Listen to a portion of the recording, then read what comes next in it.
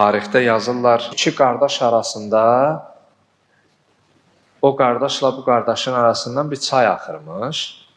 Olur, aman bu nəfsin əlindən, aman bu dünya malının əlindən. Bu dünya malı bizi özünə o qədər aludə eləyib həqiqətdə, bəzən qardaşı qardaşdan eləyir, bəzən atanı oğuldan eləyir, bəzən canını uğrunda verəcəyin bir dost, qardaş üçün də səni uzaq tuta bilir. Dünya malı belə bir. Və bunun başında da insan nəfsi dayanır, insanın öz nəfsi dayanır. Elə olur, qardaşlar arasında soyuq münasibət yaranır, mübahisə yaranır və böyük qardaş gedir bir usta çağırır, ustaya göstəriş verir. Deyir ki, qardaşımla mənim aramda bu çayla aramızdakı çay var, bir divar hör.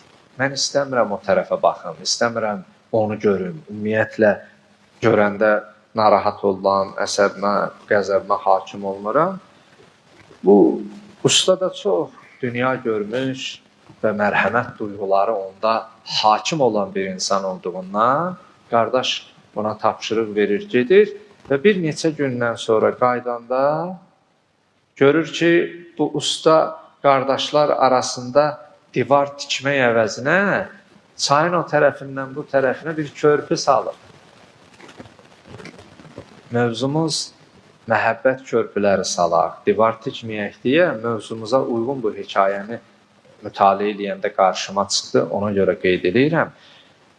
O deyir, kiçik qardaş, böyük qardaşdan xəbəri yoxdur ki, ustaya bu göstəriş verib ki, divar tik, mən onu görmək istəmirəm.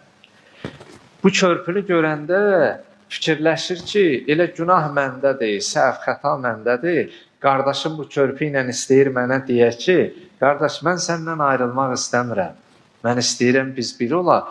Qardaş o qardaşın qəlbindəkindən xəbər tutmadan körpünü aşaraq gəlir qardaşını bir bağrına sıxır, üzrxahlıq edir. Ona görə çalışağın həyatda o körpü salanlardan olaq. Sevgi ilə, məhəbbətlə qəlbləri birləşdirən, bütövləşdirən şəxs olaq.